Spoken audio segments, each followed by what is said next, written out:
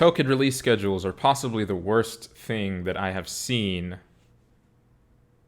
pretty much all of 2019. So, token release schedules, what am I talking about when I mention token release schedules?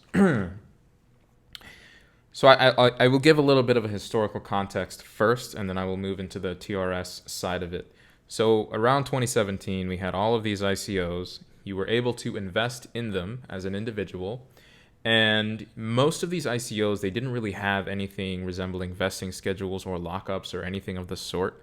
If there was a quoted exchange rate for an amount of tokens that you bought or paid for, you were probably going to get those tokens, that same amount of tokens, on distribution day. You didn't really have to worry about, am I going to get, how many tokens am I going to get? Do I need to have multiple transactions, so on and so forth? You got them all, one fell swoop. You got all of your tokens.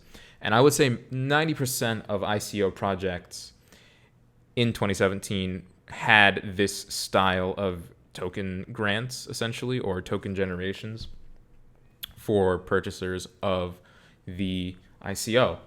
And that worked decently well for the most part. Obviously, the main reason why a lot of these projects ended up doing well despite all the amount of circulating supply was because it was a bull market and there was all of this new money and there was all of this hype and speculation tied to these tokens.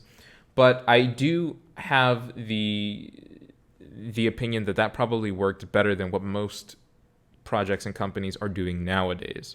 So I will discuss what they're doing now. Now, back then, one of the interesting projects that was doing something different at the time, which led eventually to what we see now, was called Ion. And Ion was a Korean project. It was together with Wanchain and ICX, Icon. And those three were kind of the Korean Ethereum competitor, those three together. Ion was essentially going to allow interconnected blockchains through some form or another. I haven't read their white paper in so long. But I invested in Ion. And so I have personal experience with this. And so what Ion did is they distributed tokens to everyone, just like any other normal project.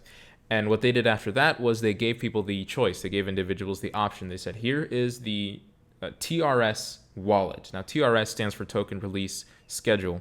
Essentially, what you could do is you could send your Ion, all of your Ion tokens or half of your Ion tokens, however much you wanted, to this wallet, the ones you just got from Ion themselves. And that would essentially act as you locking up your stake, as you almost staking your away in your Ion. And the distribution was really good because of that. There weren't too many people who decided not to do the TRS. A lot of people did end up going to do the TRS, so that was a great thing for Ion's side in the short term. And it was really quite innovative at the time. And the way that the TRS worked is every single token you gave to the TRS contract, you would get 3 back over the period of 1 year, split up every single month into, I think it was 6.25%. Someone will have to check the math for me on that. 6.25 times 12. So at the end of the year, you should have gotten 100% of your tokens, except you got 3 times as many tokens as you put into the TRS contract, which obviously is a 3x for basically nothing, waiting 1 year, which is great. So a lot of people took that up. I was one of the individuals who did so. And while it was great for the individual investor, I don't really remember what the ROI was on the TRS, but I do believe it was certainly quite a lot higher than the people who actually dumped on the market. However, the downside of it is what ended up happening to Ion is the exact same thing that happened to another coin, which was called Telcoin. They also had an ICO, and I also invested in that. Sorry, I'm a degenerate shitcoin gambler. What they ended up doing was Telcoin did not have TRS, or they did have a TRS, but they didn't do it in the way Ion did it. You didn't have to stake anything. You just had a certain amount of tokens granted to you every single month based on their own token release schedule. And I believe it lasted 6 or 8 months for Telcoin. Someone will have to double check me on that. And you got your Telcoin every month. And it functions similarly to Ion. Unfortunately, what ended up happening to both of these coins is that they just started tanking. And they tanked and they tanked and they tanked. They actually did perform a lot worse than most other coins at the time. And the reason was because of this TRS, unfortunately. Because what ended up happening is as the investors were getting their monthly distributions, they were instantly going to the market and selling them.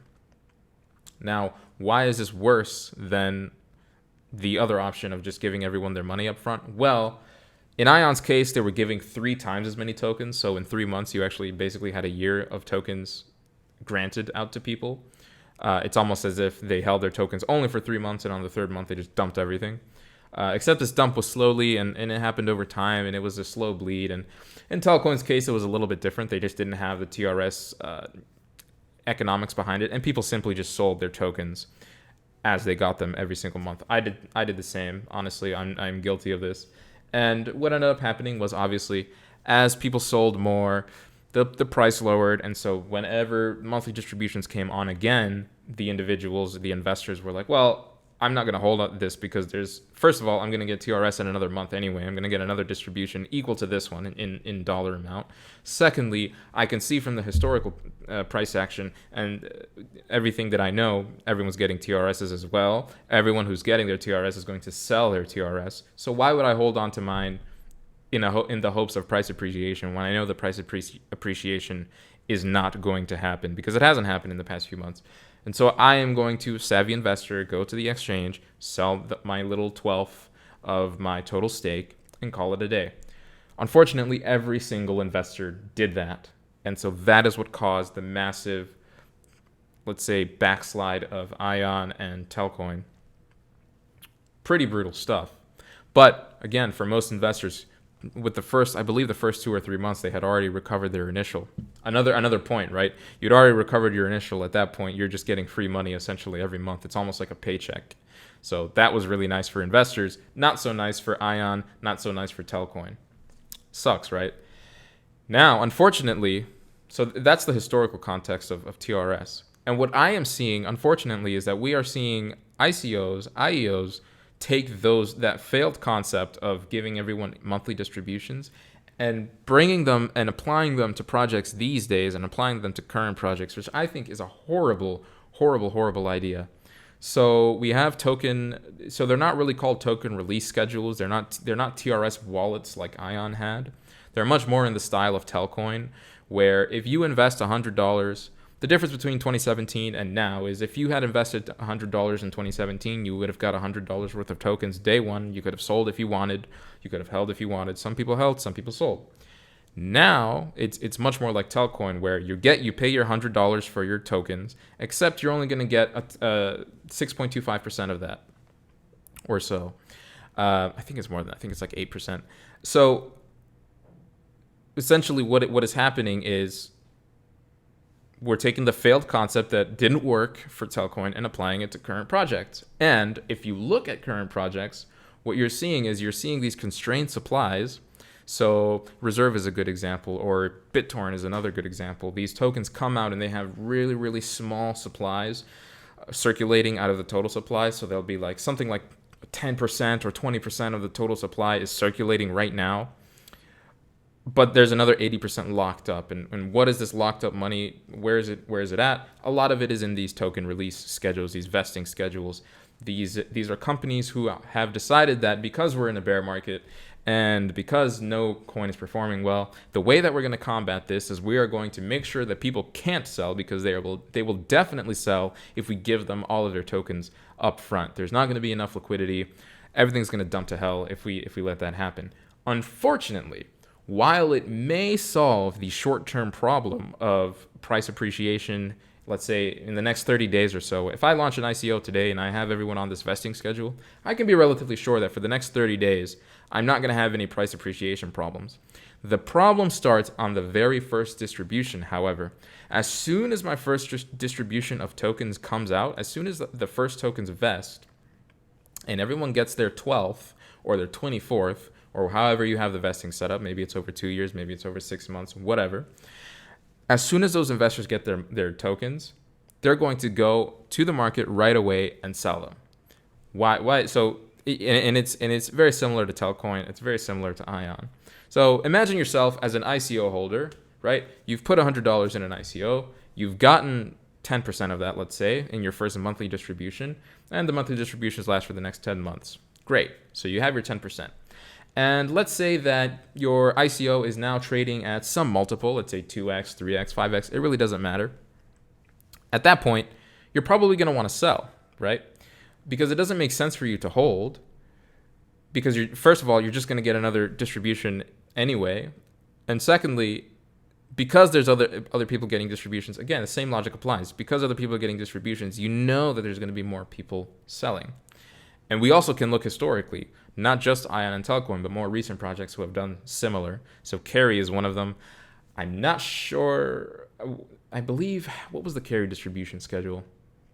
I believe it's 12 months. So monthly, for 12 months, investors are getting their tokens. And unfortunately, if you look at the chart for Carry, it did pretty well in the first 30 days or so. But as soon as the first distribution of tokens came in, instant dump. Why? Because investors are selling, because they're smart investors.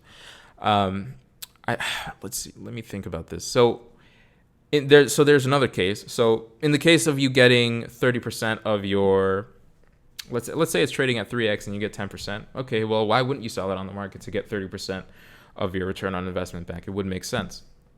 In the case where you get 100%, maybe it trades at 10x, right? Well, then you would be absolutely, stupid if you don't sell your tokens on the market. It doesn't make sense, because why would you hold something that's trading at 10x for the next 3 months or 12 months or whatever your time horizon is, when everyone else is going to be selling into that 10x? Do you really think that your 10x is going to last? Are you that confident in your 10x that you know it's going to hold? Absolutely not.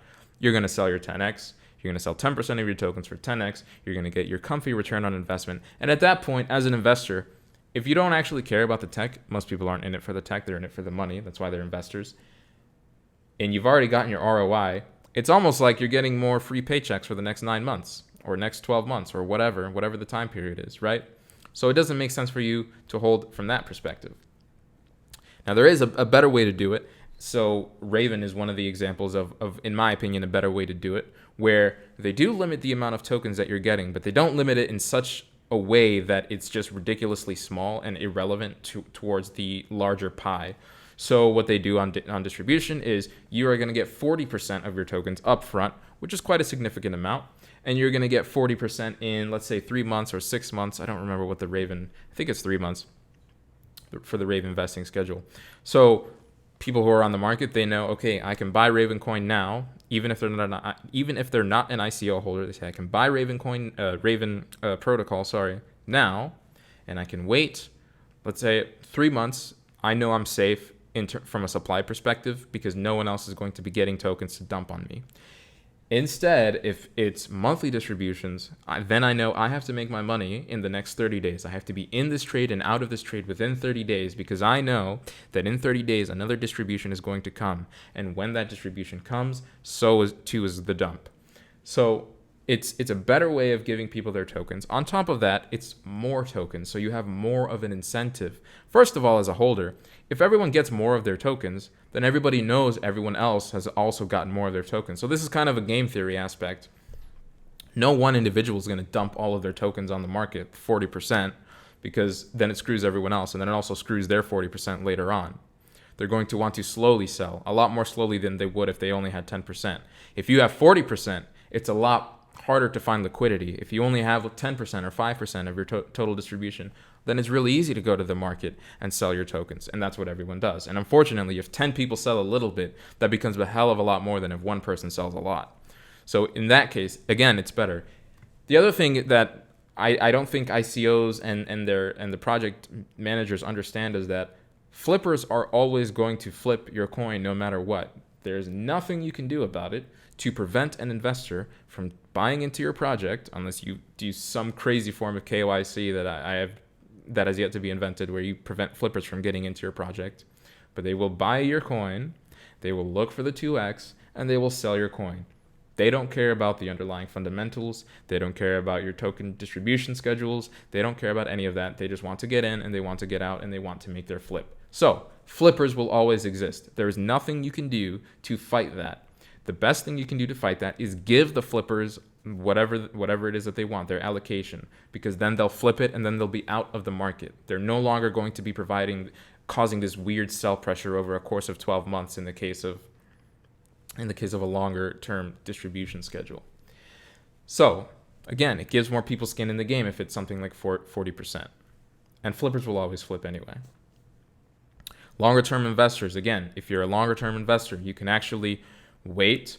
If everyone gets a lot of tokens up front, okay, let the flippers flip, let them get their profit. If I'm investing longer term, maybe even I do a little bit of that, but then I'll probably buy back in because I know that a lot of the distribution has happened. I'm never going to buy back in if 90% of the distribution remains to be distributed. Why would I buy in when 10 times the amount of circulating supply is going to happen in 10 months? That doesn't sound very smart to me as a long-term investor.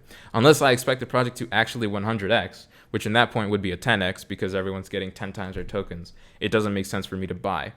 In the case where everyone gets more tokens, it makes sense to me to buy. Sometimes. Depends if I'm a longer-term investor or not. And the other thing is, so not only are these ICO projects ignoring the fact that flippers exist and trying to combat it, or they ignore it, and if they don't ignore it, they try to combat it. Both are futile, really. The longer term investors are also getting screwed by this, because if you're a longer term investor, then you already know all of the game theory behind it that I've just laid out. You are more incentivized to sell your 10% or your 5% stake or your 12% stake, whatever it may be, than to hold, because you know there's so much more additional selling pressure that's coming to the market. So what may end up happening is over the course of a year, there will actually be more people selling than you would have expected if you had just given people their tokens up front.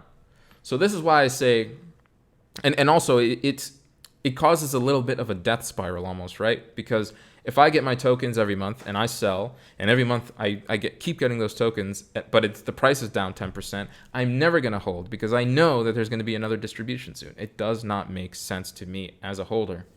So again, what ICO projects often do and are doing now, and I think this is a mistake, is they have these really weird vesting schedules. They're trying to pretend that flippers don't exist, or they're trying to combat them in the weirdest ways. They think that selling is going to be avoided if they just split up everyone's tokens and make people unable to sell them. And essentially what they're doing is they're giving themselves a good price performance for the next 2 weeks to 4 weeks until they do the first distribution. And once they do the first distribution, you're going to get that same exact Telcoin chart. You're going to get that same exact Ion chart. You're going to get that same exact perma dump up until the TRS is over. So anyone listening, if you are a project management, if you are in charge of any of these economics, give people their tokens up front. I've seen a lot more projects do a lot better giving people their tokens up front rather than withholding their tokens in this way of trying to manipulate and control the market. It just doesn't work, guys. So that was that. Let me know if you guys enjoyed this video. Please subscribe to the channel, and I will be back with some more stuff very soon. Bye-bye.